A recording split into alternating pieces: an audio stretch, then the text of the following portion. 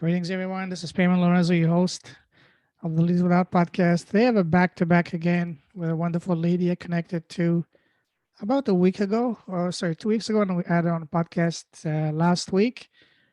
Catherine Cooper, amazing lady, got connected through a wonderful friend of mine, Brian Tarr. And wow, what a story she has. She told me first on our first chat, I said, listen, say no more. I need you to come and share it on the podcast. And this is what we did, part one.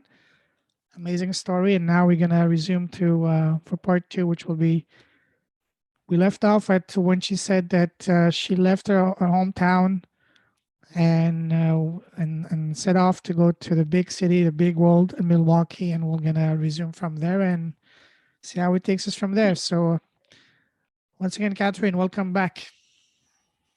Oh, thank you, Payman. It's such a pleasure to be with you, and I'm honored to be on your podcast. Thank you so much for inviting me. Pleasure's all mine.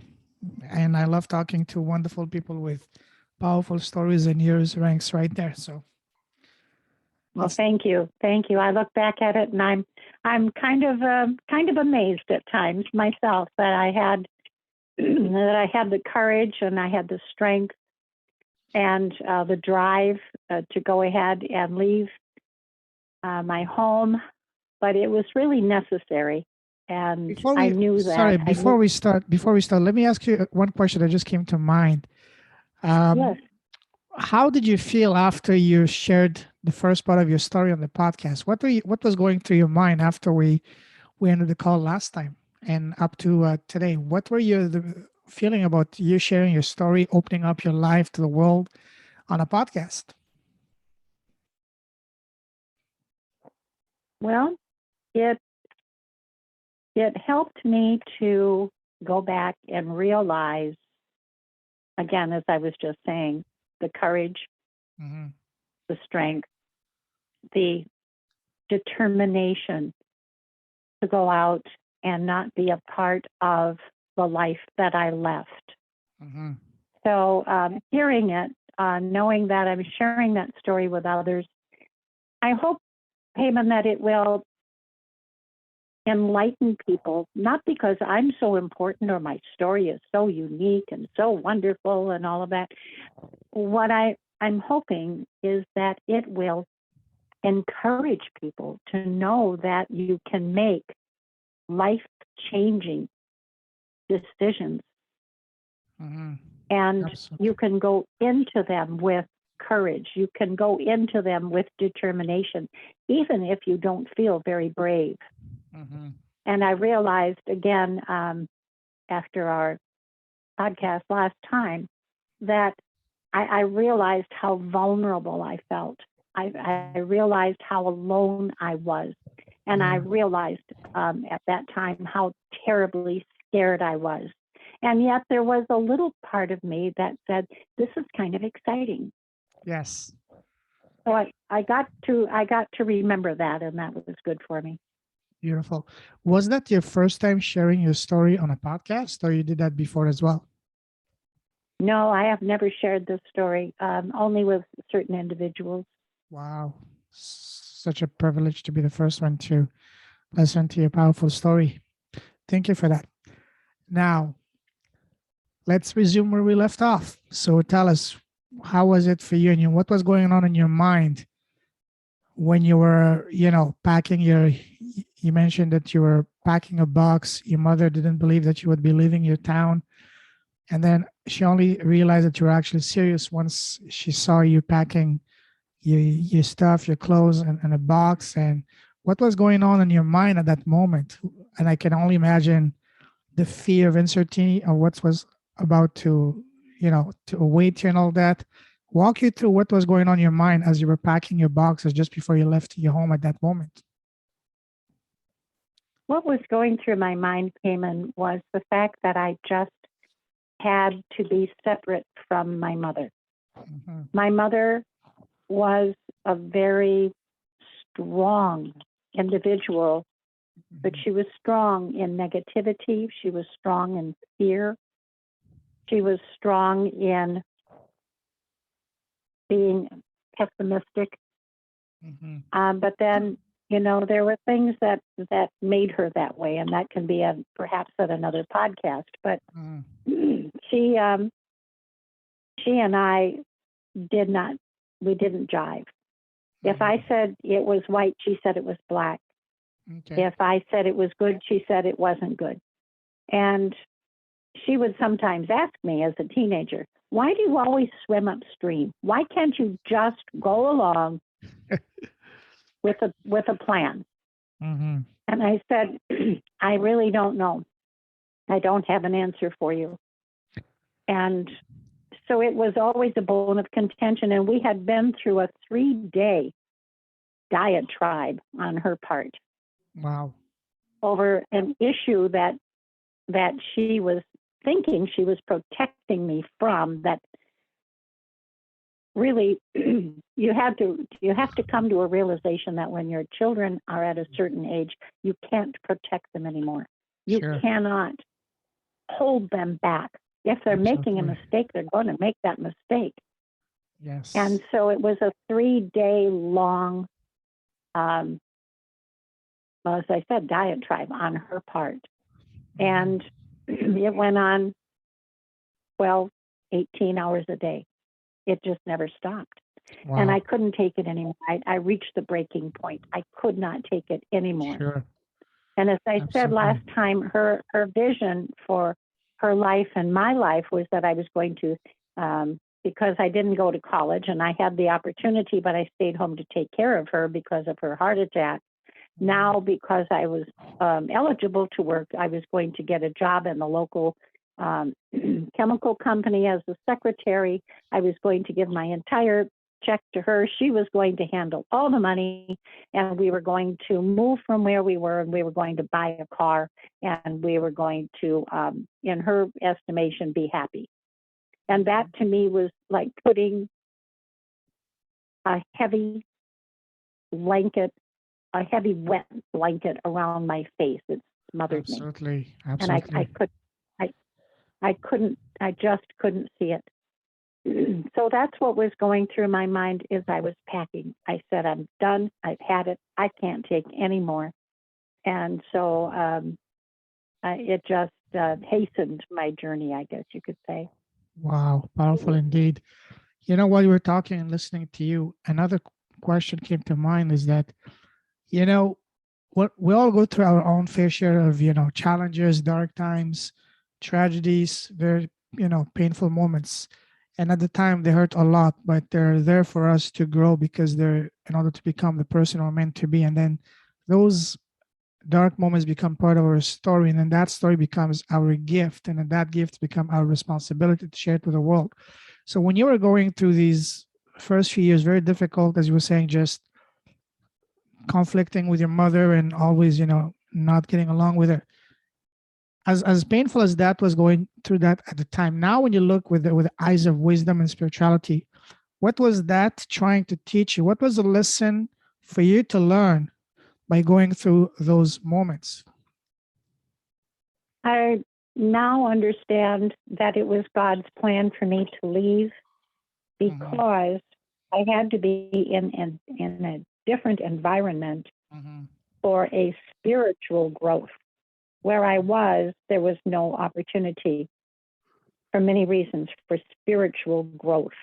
And some people may find that an odd thing. Well, spiritual is spiritual. You can do that anywhere. Well, yes. Sometimes you can't. True. And so I had to leave. I had to find the spiritual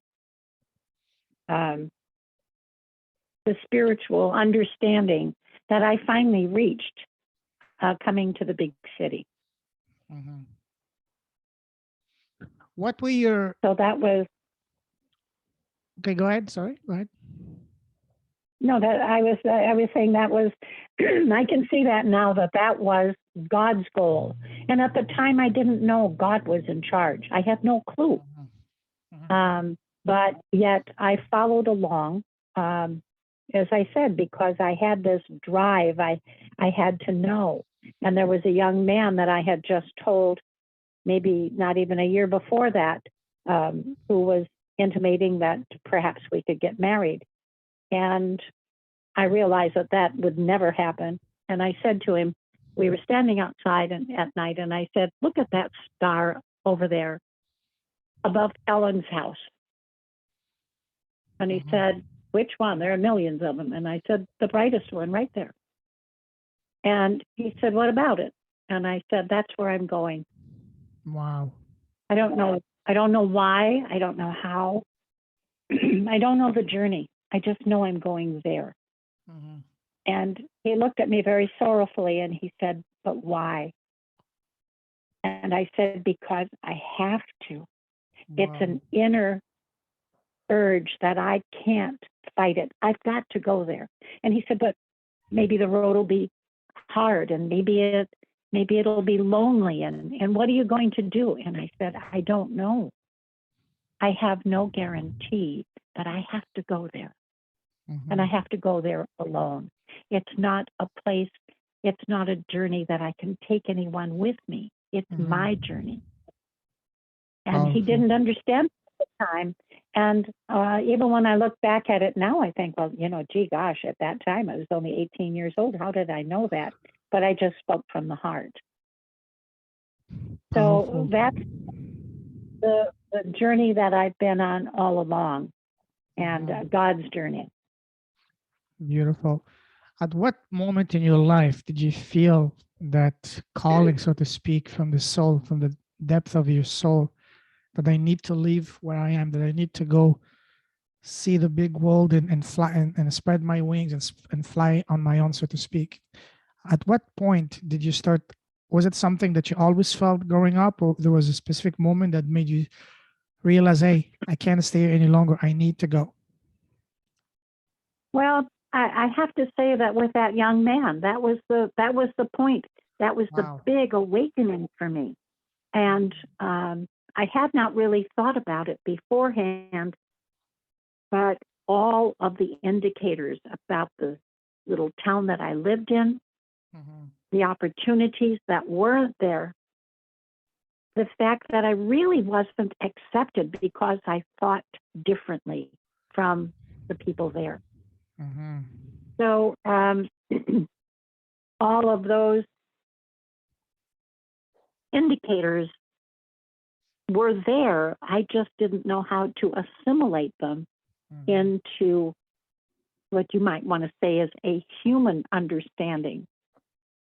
But the explanation that I gave to that young man was the first time that I realized. I went in the house afterward and I thought, that's exactly right. That's exactly what I have to do. I have to go and I have to discover what is the plan for me. And I don't know how I'm going to get there. I don't know where I'm going to go. I don't know where it'll take me. I don't know if it's good, bad, or indifferent. I just have to go. And that man had no desire to join you on your adventure? He was very content in the town that he lived in. He was extremely attached to his family. And no, he didn't want to leave. He wanted me to stay. Now, looking back at your life now, how would you think your life would have been different had you decided to stay and get married to that man back then? Would you have had the opportunity to have this spiritual awakening that you were so craving? No, I don't think so. Because my mother was very, very domineering, very strong, very insistent, and her problems were supposed to become my problems. And that goes into the continuation of my journey to Milwaukee, where she tried to dominate that as well. So no, I could not have stayed there, Payman, and gotten any kind of spiritual advancement. It wasn't possible because it was a very closed and suffocating environment. Imagine, wow. So when you set your mind to leave and go reach that star, how were you guiding yourself? Did you just surrender to the universe and just followed where the fate took you? Or you had an idea in mind, okay, this is where I want to go, and then from this, did you have what I'm saying is, did you have a plan in your mind? Did you map out your journey, or do you say, let's take it one step at a time, one day at a time, and see where it takes us? Well, I just sort of cast my fate to the wind. I had no idea that you could form a plan, and that's how naive I was. That's how spiritually undeveloped I was. I had no idea that you could sit down and actually plot out a plan. A plan about what? I would have asked you. If you had said that to me then, let's make a plan. And I'll say, a plan about what? Yeah. I have to go. I have to get a job. I have to find a place to live. And those are my top priorities at the beginning. So after that, I don't know. I don't know what's going to happen. So when you left your town to go to Milwaukee, the big town, did you have any connections, any people you knew that could help you, or you went completely in the dark and just hope for the best?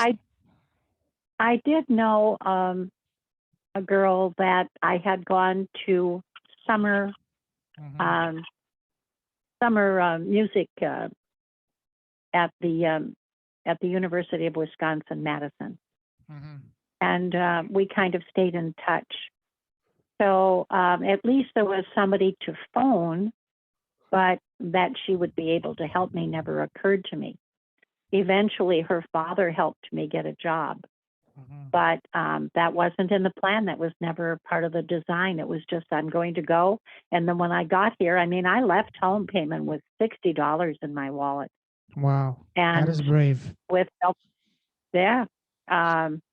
I didn't have a lot of money. I saved money while I worked as a teenager, and the little job that I had as a waitress after high school, I saved money, but I really didn't have money. I think probably in my bank account at the time, I had maybe $300.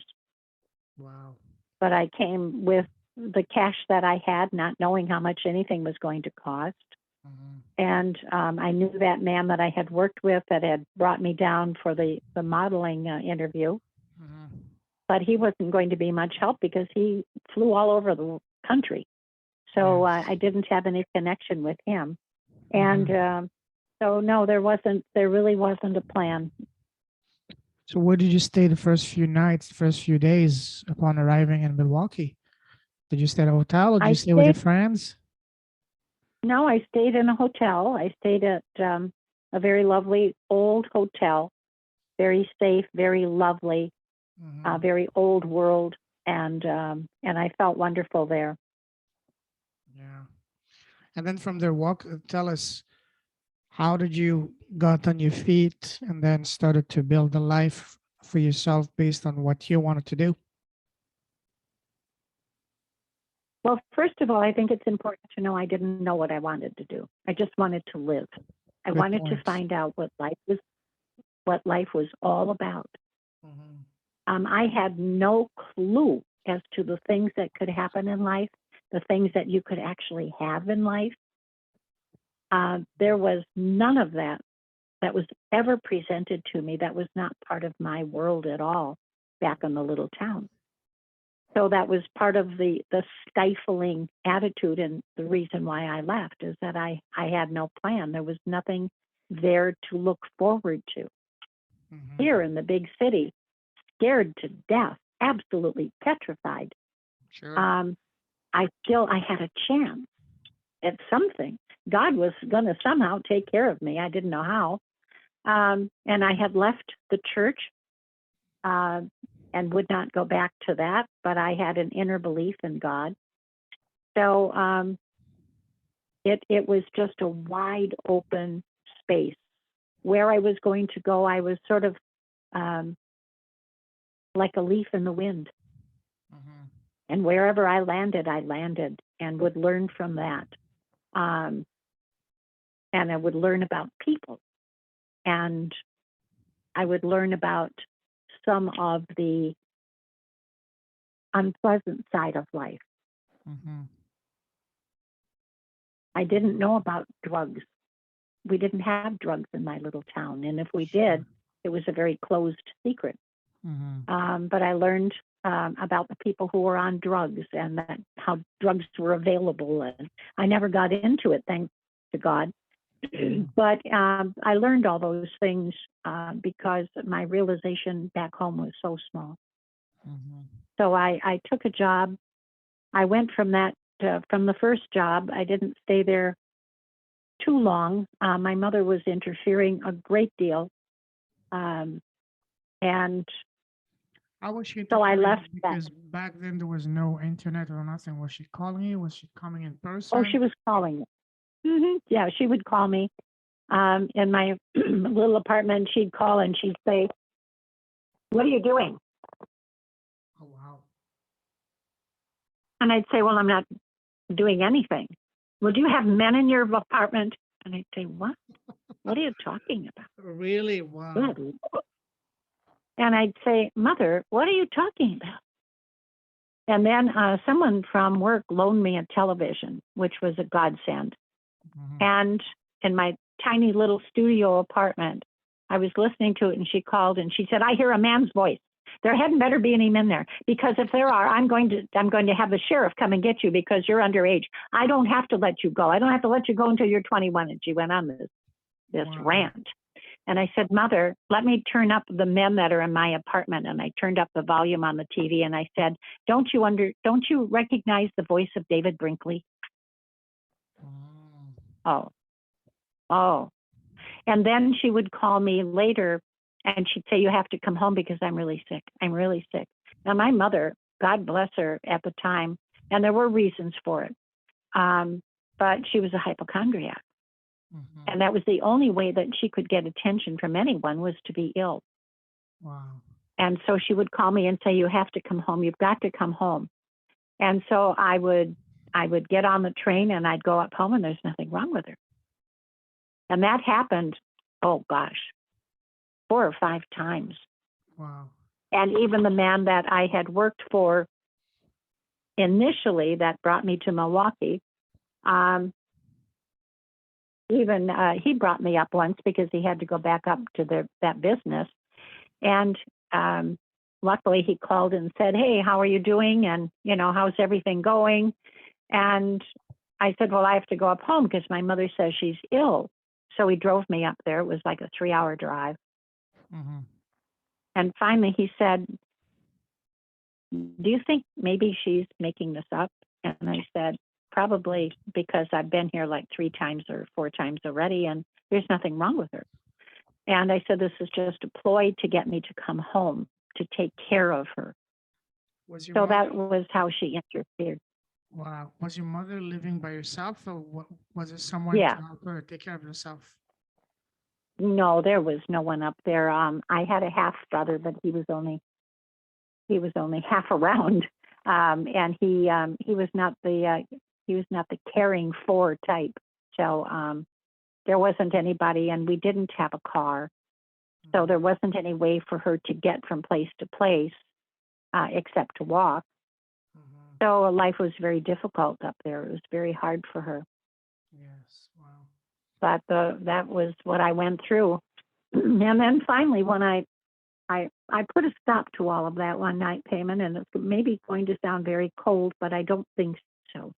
I think you're going to see the rationale behind it. She called me one night, and I was getting ready to go to a creative writing class at a community college. And I was waiting for a young man that I was dating. We were going to go to the same class. And she called and she said, "Well, I've decided I'm going to kill myself." And I said, "Oh, really?"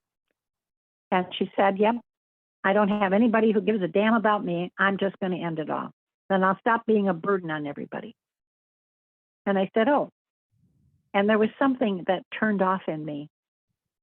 And I said, "How are you going to do this?" And she said, "Well, I've got some pills from the doctor." And I said, "Yeah, you've got plenty of pills from the doctor." And she said, "So I went out and I got some liquor, and I'm going to take the booze, and I'm going to take the pills, and I'm going to end it all." Wow.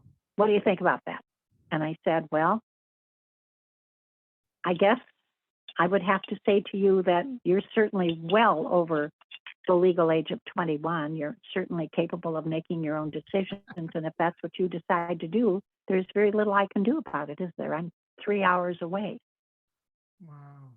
So if that's what you want to do, if that's how you're going to be comfortable, then I say go ahead, do it. Wow. Because it's not for me that you're doing it. Mm-hmm. Well, I'm going to do it, and then I won't be a burden anymore. And I said, okay, however you like. I said, I will have to come up home on the weekend, and I will have to clean up the mess. And she said, what mess? Now, my mother, Payman, was an extremely clean woman. I mean, you could eat off the floors in her house. Wow. And so for me to say that there was going to be a mess, and I said, Mother, when you kill yourself, it's not really a very pretty picture. And I proceeded to explain to her what was going to probably happen. Mm-hmm. And I said, so it's not going to be very pleasant. And so I'll have to take care of it, I guess, some way or another. And so you go ahead and do what you need to do. But right now I have to go to class. Mm-hmm. And I hung up. Wow. But of course she didn't kill herself. She didn't kill herself. I did talk to my brother, and he said no. He said she had a 6-pack of beer in the refrigerator, which was highly unusual for her. And he said she's fine. She's just playing you. Oh yeah, wow. Did she at any point realize that the reason, as she claimed, she had no one to take care of her was because of her attitude? Maybe if you change her attitude, people will be much more willing to spend time with her. Well, excuse me, people outside the family loved my mother. Mm-hmm. She was a very charming woman. She wasn't charming with her family, but everybody outside loved her, and they would always say to me, "Oh, you have such a lovely mother," and I'd say, "Oh, yeah, good, okay."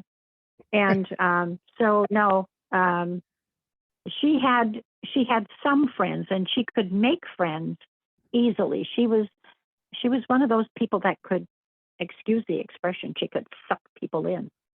And they believed her. They believed her and they liked her, and she was so amiable. And finally, somebody said to me one day, when I had heard this like 100 times from people, or felt like 100 times, your mother is just such a great person, and oh my goodness, she's so easy to get along with, and you're so lucky to have her for a mother. She's so proud of you. And I said, really? My mother is proud of me? And she said, yeah, she talks about you a lot. And Wow. I said I would never know. My mother never, ever gave me a compliment. She never gave me any praise. There was never a pat on the back saying, good job, you did well. Nothing. It was always, you got to try harder. You could have done better. So did she ever realize? She called me, I can't remember how much time passed, maybe 6 months after the suicide nonsense. Maybe it was a year, I don't remember. But she said, she was talking to a woman that she had known many, many years ago. Somehow they connected. And she said, this lady asked me about my children. And she said, well, I told her I have a daughter in Milwaukee. And she said, oh, it's too bad she left home. And she said, well, I think I caused that.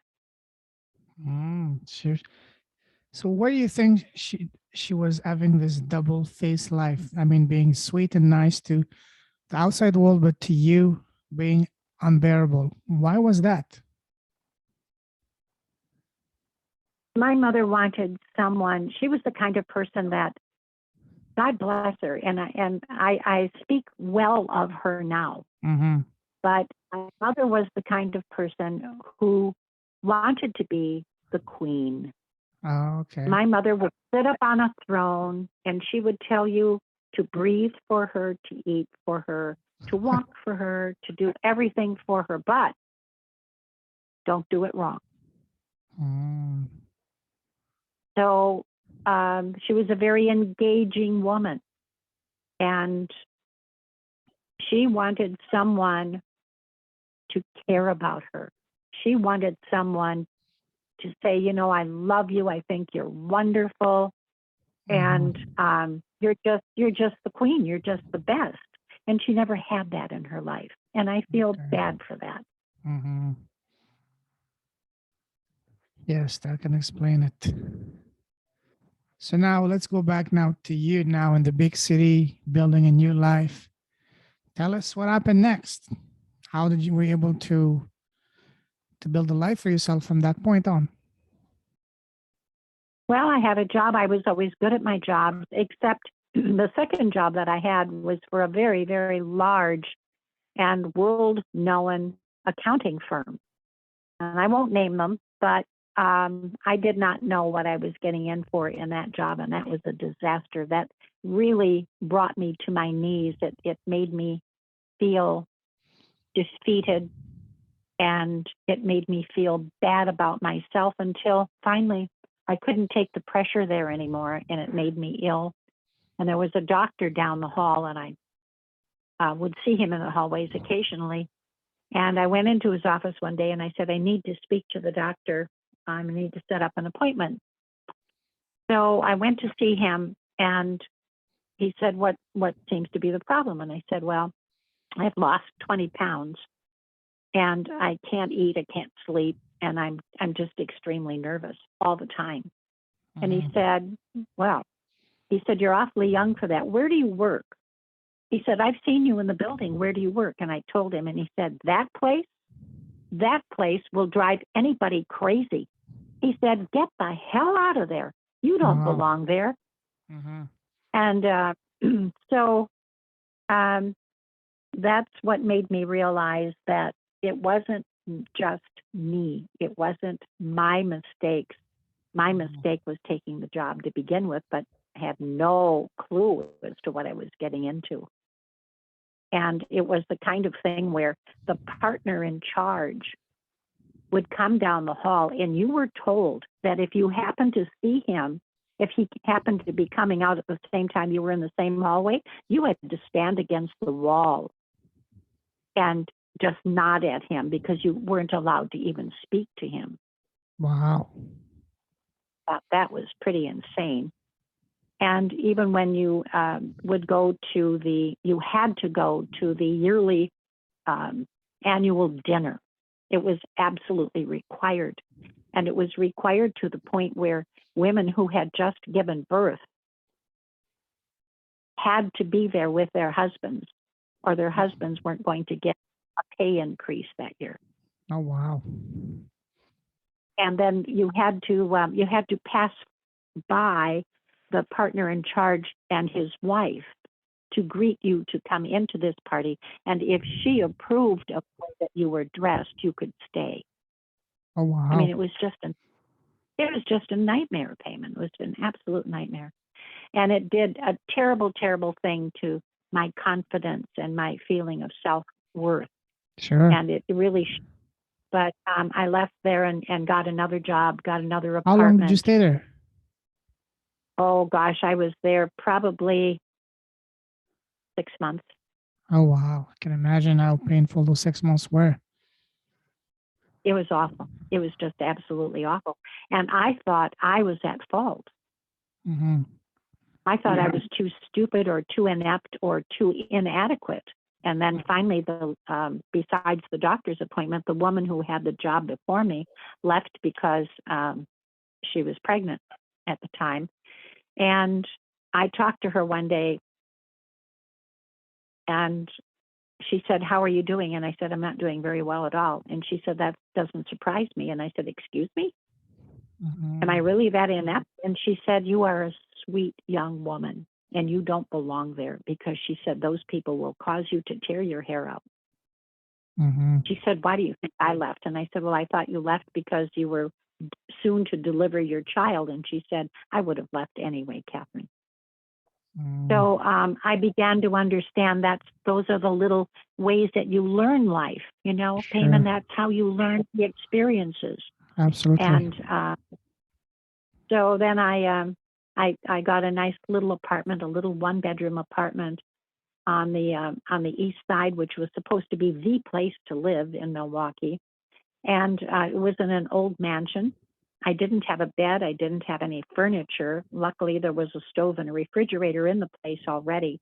So I slept on the floor, and the young man that I was dating loaned me 2 of his sleeping bags so I could sleep on the floor in a sleeping bag.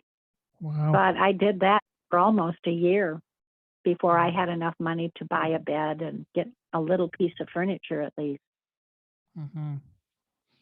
So this is why I'm relating this story to the world, Payman, because I want people to understand that when all the chips are down, when you have nothing in the material, Mm-hmm.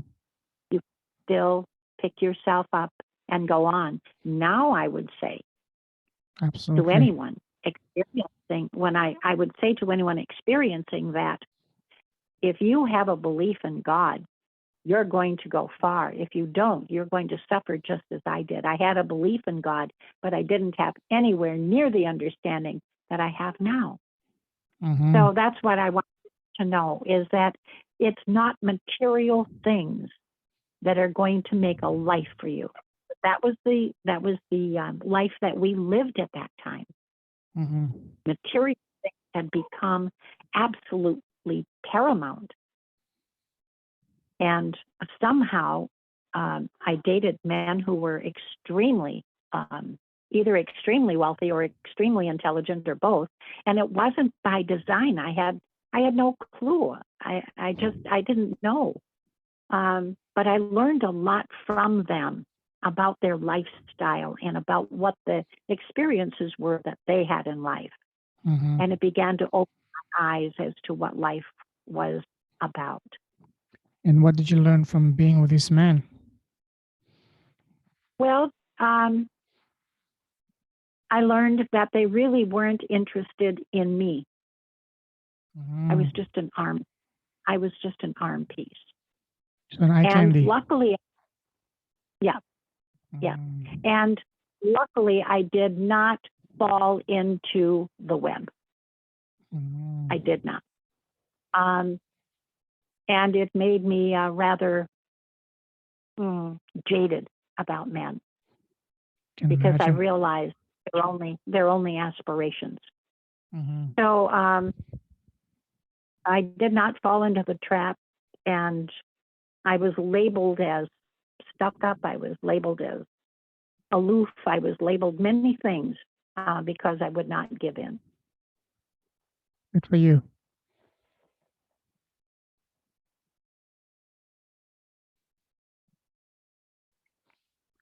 And then we're able to. So, at what point did you finally found your path?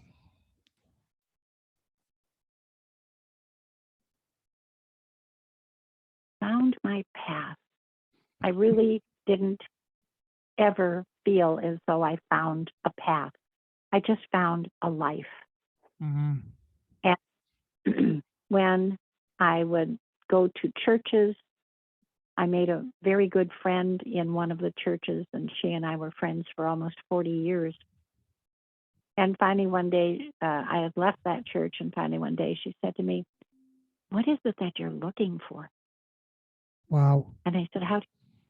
And she said, You're playing musical chairs with different religions. What is that?" And I said, "All of the religions that I've contacted so far have ceilings. I don't like ceilings. To me, God is infinite." Absolutely. And we have a very limited understanding of God. And I'm looking for the place that will tell me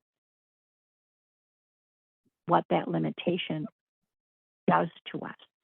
Mm-hmm. It hampers us. So I said, that's what I don't want a ceiling. I want a faith that has no ceiling. And that didn't make any sense to her, but that's what I was looking for. Imagine. So you said you contacted a few religions. Which one did you get in touch with? Which one did you really study? the one that I'm in now. And it's called the I Am activity through the St. Germain Foundation. Okay. And that's when I really realized I had come home. Tell us more about that. What makes that religion so powerful? There are no ceilings. And you are made aware that you came into this world alone. But you're not alone because you have mighty presence of God that lives in you, not sitting up on a throne someplace, deciding that, oh, Catherine's going to have a good day, or Catherine's going to lose this, or I'm going to give Catherine that. And, that's not God at all. And so that was the welcome home to me. But there were books that I read, the first 3 green books. And when I got to the 3rd green book, the first 2 books were a story of the man who helped bring this understanding to America. And the 3rd book was an explanation of an ascended master. And when I read the preface, well, let me back up a little bit. I got the books through a friend who had been in this activity and decided not to stay. But she told me about them, and I went and found them, which wasn't easy to do because they weren't published for the public at that point. And I had felt in my life at that point very lonely and rather at sea. I had been fired from a job that I had for 22 years, and it was through no fault of my own. And I was questioning everything. I was questioning as to whether or not I could really love. Did I really have love inside of me? And so when I bought this 3rd book, I went to sleep. I was going to go to sleep reading it, and I read just a couple of pages, and I got really tired. And I put the book aside, turned out the light, and at 3 o'clock in the morning, it woke me up. And I say it because there was a power coming from that book. And I had to read more. So I read the preface. And when I finished reading the preface, it dawned on me finally that here was a place where I could receive all the love, all the power, all the strength, all the courage. Everything that I needed was here. And I didn't have to look any longer. I had finally come home. And I cried. I cried for 2 hours. I was so happy. And I've stayed there ever since.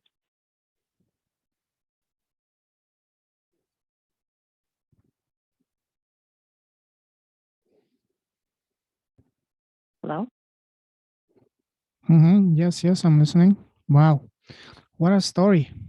I was just, thinking about, wow, truly powerful story. And then from that moment on,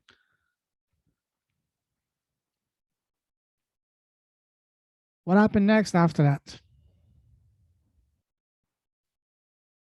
Well, I began to get a clue and many clues as to what life was really about.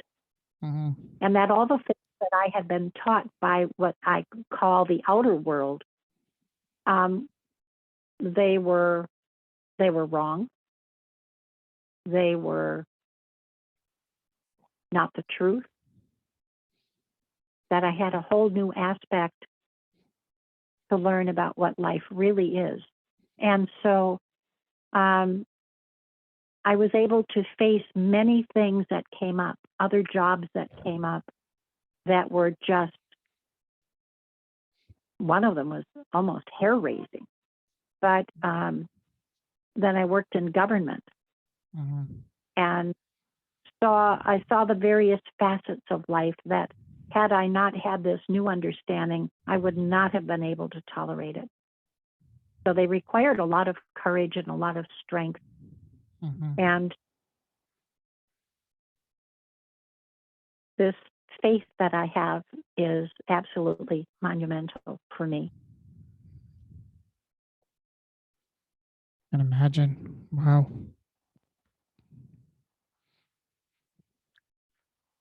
And at what point in your journey in your life, from a professional career wise, did you feel that you found your home and this is where you're going to be able to be in a position to not only be in a good place yourself, but also be in a position to have a big impact around you?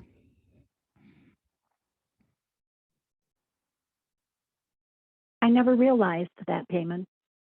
I don't approach life that way. I approach life with the inner prompting that I have to share the story, see if I can help people to become less afraid, if I can help people to find their place in life, because I think many people are walking around like I was walking around, saying, well, I'm here, what do I do? And they go and they put so much faith in their family. That's the big impact that I had to realize, is that people, rather than doing or rather than searching for the spiritual understanding that they need to get into life and through it, they're counting on family and they're counting on jobs. Now, I'm not saying there's anything wrong with loving your family, heavens no, but it seems to become the apex of their experience, when in fact it's just the beginning. Please expand on that. What do you mean by that? The apex of their experience. Everything becomes family. I will do everything I can for my family at all times, and I will sacrifice whatever I have for my family. When it would be a more astounding application of energy to put that kind of faith, that kind of trust, that kind of love into the spiritual side of them. And life would become more clear. It doesn't say you don't love your family. It just says that there is something greater than family out there. Yes, family is one part of it. Yes. Yes. It's all our journey, our search for our own truth, our own path. Yeah, and it seems to end with a lot of people with the family. That's the summation of my life. My parents, my spouse, my children, my grandchildren. That's it. And that may be their divine plan. I don't know. Nobody knows. So they may be making up karma with that family. And so that is important and it needs to be done. And I am not criticizing nor denigrating or trying to demean or make it any less. I'm just saying that there is something more out there. And if you feel that irritation, if you feel that constant nagging, something missing. Yes. But you know what it is. That's what it is. Go to God. Absolutely. And I tell people unashamedly, when you are alone and you have a little bit of quiet, go to a room where you can be by yourself with no interference, sounds, and just sit down and think about your presence. Think about God, if you will. And then, not having any answers, not having any foundation, stand up and raise your arms up and say, God, I want to come home. Lift me up. A little child would. A little child will stand in front of you with their arms raised, and they'll say uppy or up or something to have you lift them. God will do the exact same thing. Amen. Yes. And you changes in your life that you never, ever dreamed of. I agree. This is powerful. Thank you for sharing those bits of wisdom. Absolutely powerful. Thank you. You're very welcome. Thank you. One question that came to mind is, when you were at your lowest point in life, what kept you going? What kept you from keep going and not just give up? There were times that I did want to give up. Mm-hmm. When I was 12, I had spinal meningitis and encephalitis. Oh, no. Yeah. And I was in isolation in the hospital. And I had a very unusual occurrence. And some people out there are going to think I'm crazy, but that's okay. Because I'm here to tell my story. Mm-hmm. I'm not here to make it comfort anybody. It's my story. Absolutely. 12 years old, and I'm in this hospital, and I have my little angel holy cards around me. I was a member of the Catholic Church at the time. And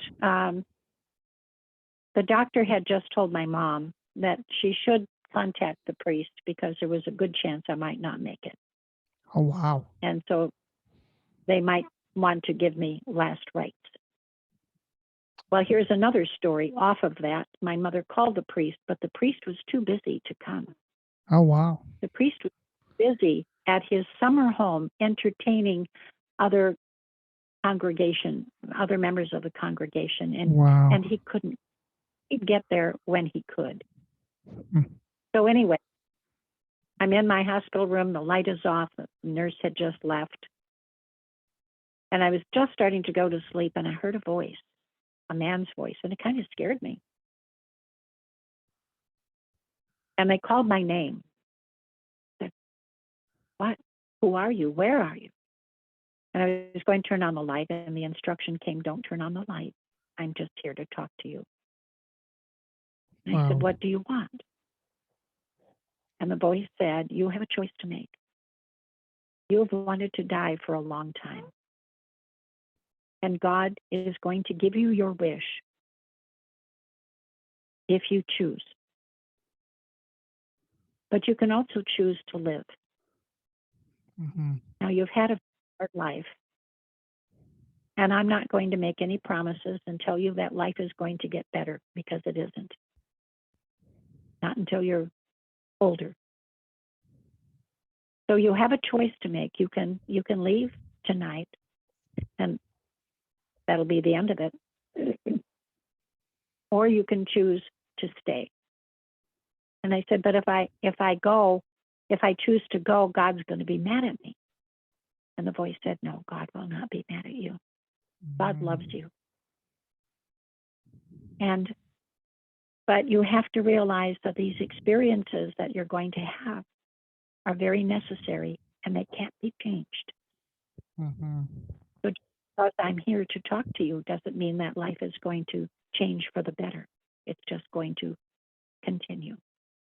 Wow. So now what is your decision? And I said, I don't know. And the voice said, oh, no. There's no indecision here. You have a choice. You live or you leave. Which is it? And I took a second or two. I thought about it. I said, it's too scary. Life has been too hard. And the voice didn't say anything. And finally, the voice said, I'm waiting. If you choose to live, the nurse will come in at her 3 a.m. round, and she will find you gone. Unless you decide you want to stay. But the choice is yours. It's not God's. It's yours. Wow. So, of course, I chose. So, that kind of experience. One second, hold that thought for a moment. That's powerful. That's beautiful. What made you decide to stay and not go at that moment when you had to make that choice? When I was about 6 years old, living out in the country, I was outside by myself. I didn't have any siblings. And I could feel a big wind come up. And I looked around me, and the trees were blowing. And my hair was blowing. And I heard another voice. And it was an angel. Identified themselves as an angel. I was going to turn to look, and the angel said, no, you may not turn around, but I want to share this with you. And they showed me a circle, very much like a clock, except it had age on it. Oh, wow. And ages went around like the numbers on a clock. And she said, life is going to be very, very hard for you until you reach this age. So don't give up. Don't be afraid. And know that I'll always be with you. Wow.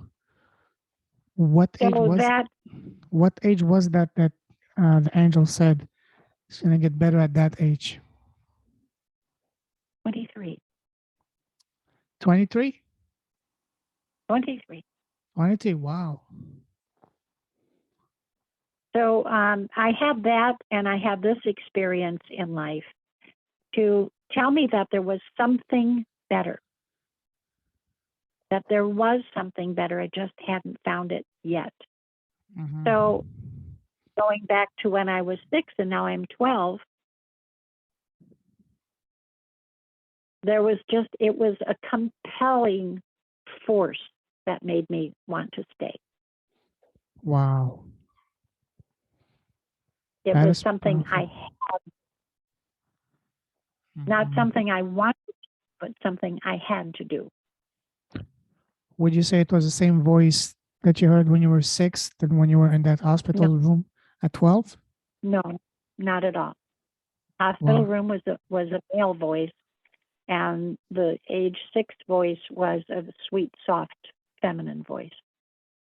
What do you think those voices were from? God. Were they your angel guardians? I think that when I was 6, it was probably my guardian angel, because I believed in angels. I loved angels.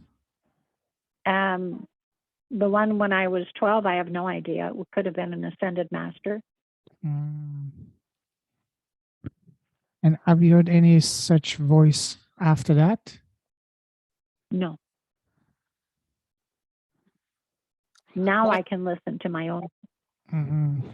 Why do you think that some people are able to have these incredible transcending experiences, such as hearing voices and voice of the angels? Not that they're going crazy, but voice of the angel, voices of wisdom, divine wisdom, and some people are not. Well, I think, Payman, it depends upon why you have come to this embodiment. I believe that we have lived in hundreds, if not thousands, of embodiments for many centuries. Absolutely. And so it depends on each embodiment what you're there for. Now, this, I believe, could be my last go around, if you will put it that way. You will ascend. And so, yeah.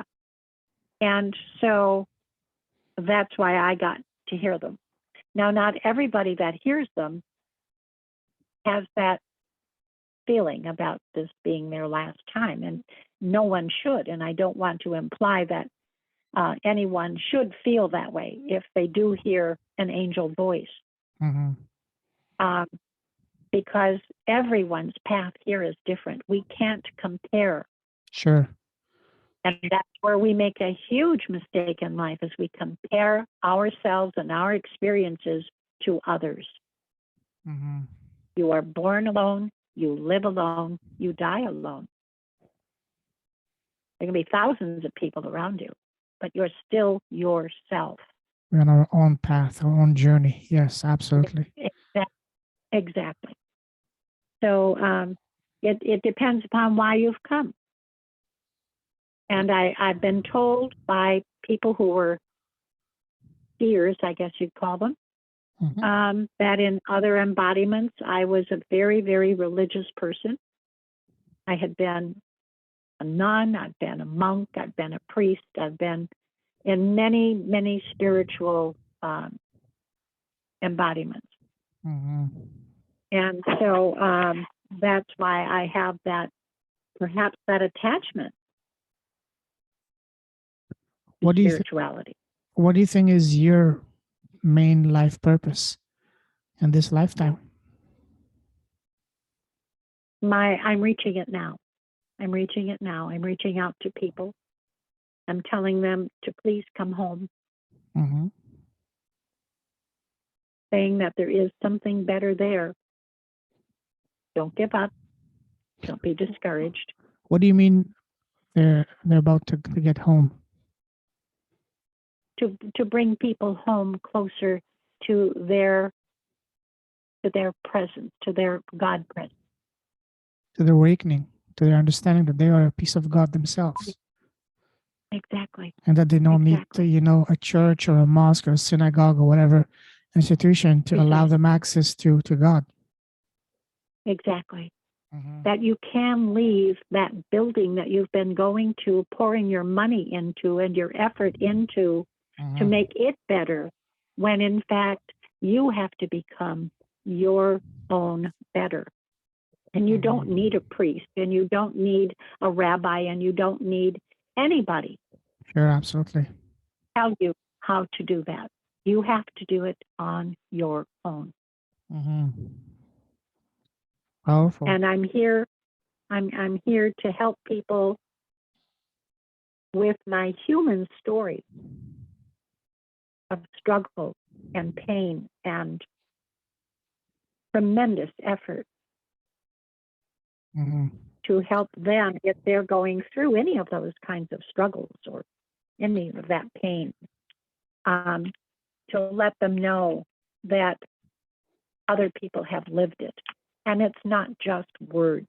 So many times, you're told these adages. Well, everybody has a hard time in life. Everybody has a challenge in life. Everybody has to do this and that. It's one thing to hear it, but it's another thing to be living it. Totally. And I want to show people that I've lived it, and here I am to tell you about it, and that I've made it through. That I'm not broken, even though I felt many times in my life that I was broken. And that's the name of my podcast. I am unbroken. Beautiful. Love that. So that's why I've come. My mother was told by a lady who read a crystal ball when my mother was like in her early 20s. And the woman told her, she said, late in life, you're going to have a daughter. And you're not going to particularly be happy about that. But she said that little girl has a special place in this life, and she won't realize it. She won't get to it until she's much older. But even through her life, she won't be accepted by very many. Wow. And she will have a healing presence around her. People will be attracted to her because she can heal. She can make people feel better. Did she tell you that, or how did you find out about that? My mom told me. Oh, wow. My mom told me when I was a little girl. She said, yeah, that lady told me about you. And she said, she also told me that you would be specially marked so I would know and understand that that you were going to have this purpose in life, and that later on you were going to influence thousands, if not millions of people. So do you think that that was a way to protect you by being overly protective, overly overbearing of you, especially when you were just about to go from being a teen to entering your young adult life? That was her way because she didn't know any better, by being over present, overbearing, and over controlling to protect you, because she knew that you would be special, and she didn't want anything bad to happen to you, at least at the soul level. Maybe she wasn't doing it in the best ways, but that was the motivation behind her actions. What are your thoughts on that? Yeah, that could be. It's a possibility, and it's one of the possibilities that now in my later years that I have come to understand. Mother always told me that basically implied that I was unacceptable to her because, number one, I was very tiny. My mother was a large-boned woman, and I was very tiny and very fragile looking, and I was extremely sensitive to everything. I mean, I talked to bugs and birds and whatever in nature, and they were my friends, and I loved them. And my mother would say, you're just too sensitive. You're not going to make it in life because life is going to run all over you unless you get tough. And I didn't know. I mean, what do you mean get tough? What does that mean? How does one do that? I thought I was missing something. But she said, you're going to have a hard time in life because you're just too gentle. You're just too sensitive. And when I was in first grade and the teachers wanted to put me into the third grade so I wouldn't be so bored, she said no. My mother said no. She's too sensitive, and she's too fragile. Wow. And I don't know that that's a good thing for her. So there she protected me, yes. And so it was possible. I don't know. Mother never talked about much. Words were difficult for my mother. So at least when it came to expressing feelings, yes. Yeah. Yeah. Have you done a past life reading to better understand your soul's journey? A past life reading? No, I have not. I've had just minor little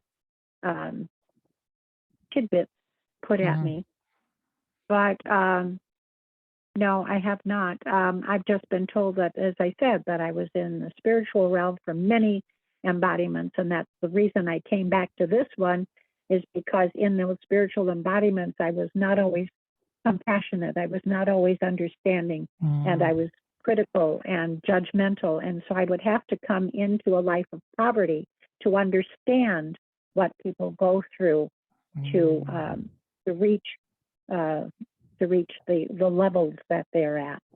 Makes sense. More than a past life reading, what I would recommend for you that would be very eye-opening would be to do an Akashic reading. This and to what end? This will really help you understand your soul's journey from its origin. I actually came across a wonderful lady on YouTube. She has a powerful website, a YouTube channel, where she shares her Akashic readings of her clients. They're about 40 minutes, an hour, but beyond fascinating. I've been consuming them like back to back nonstop. And she talks about when the soul of that person originated, from which part of the galaxy, of the universe, and so on and so forth. Highly recommend for you. I will send you the link to her YouTube channel later on Messenger. Her name is Debbie Solaris. Phenomenal lady. I'm not connected or related to her at all, but I wish I could connect with her. She has a very, very, very long waiting list of about 18 months, because I reached out to her, asking her, even begging her office to do an Akashic reading of mine. Say, well, we'd love to, but the next available window is 18 months down the road. I said, whoa. But yeah, look into that, because this is beyond, absolutely fascinating. I've been learning so much about other people's, by listening to other people's soul's journey in Akashic reading, about mine, because I can deep down, I can feel where I can resonate the most with which part of these people. And I've learned a lot about not just about mine, but also what is the journey of a soul, where it has come from, what is its purpose, what is this ultimate goal, by listening to all of these people's journeys, individual journeys. Well, that's what I've gained a lot of in this activity that I'm in now, this religious or spiritual, I call it, activity that I'm in now. And I think that if people could start reading about ascended masters and their part in life, I think that would be very eye-opening also for a lot of. Absolutely. So it's all a journey.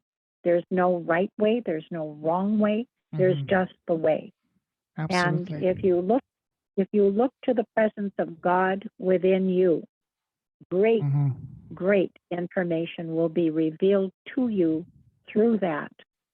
And you will have a much greater understanding of yourself and about life and why you're really here. Absolutely. So yes, I think both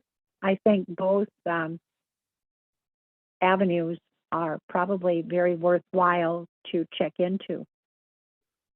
Totally. Wow. Absolutely. Listen, Catherine, absolutely phenomenal talking to you.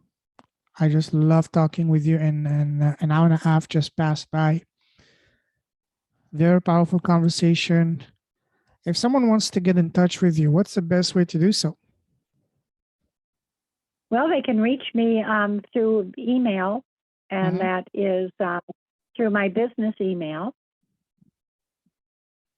Yes. And my business email, do you want me to give that to you?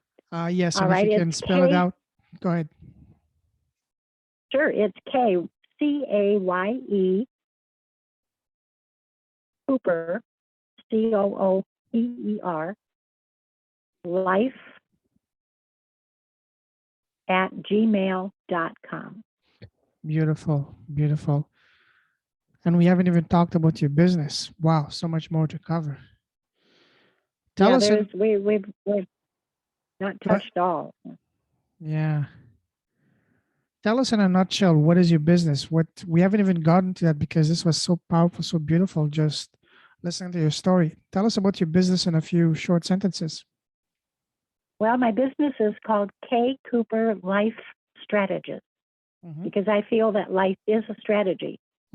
And if you can get on the right path on that strategy, I think that a lot of progress can be made. You can go from where you are to where you want to be. And you can discover your own unique genius. Absolutely.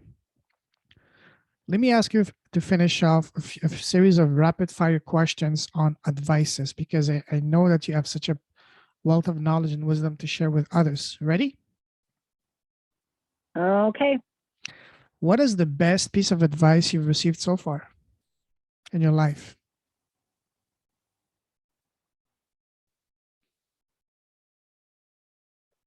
Go to God.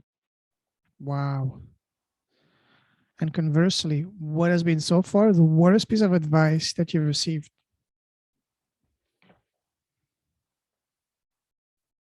To give up because I was stupid, because I was inept and incapable. Wow. Imagine that you were blessed with a time machine and you can go back in time and sit face to face with an 18-year-old Catherine. What's the number one piece of advice you would give to her, knowing all that you know now? I would say to her, my dear, you are very precious and you need to focus on finding God. That's your true purpose here. Don't be afraid of anything in the material world and don't believe anything in the material world, because that's not the fact. That's not truth. Yes. But would your 18-year-old self understand the true meaning of that? Not the true meaning, no, because she was young and naive and had no experience in life. But that's the advice I would have given her. Yeah. Powerful. Now, I know you have your own podcast, which is wonderful. Imagine that today on your podcast, you were interviewing yourself. What's the first question you would ask yourself?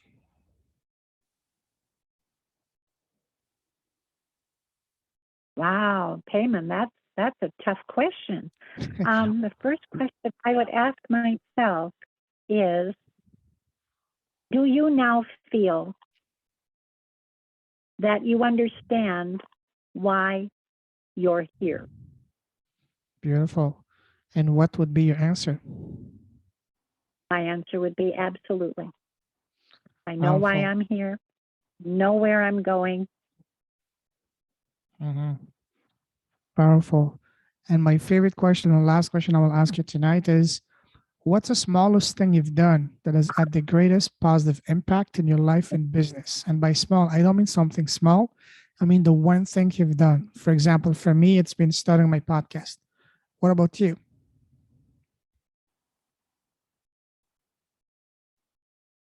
One thing I've done. Would you repeat the question? Yes. One thing I've done. What's the smallest thing you've done that has had the biggest positive impact in both your life and your business so far? Smallest thing I've done. And again, by small, I don't mean something small. I mean the one thing, the one action.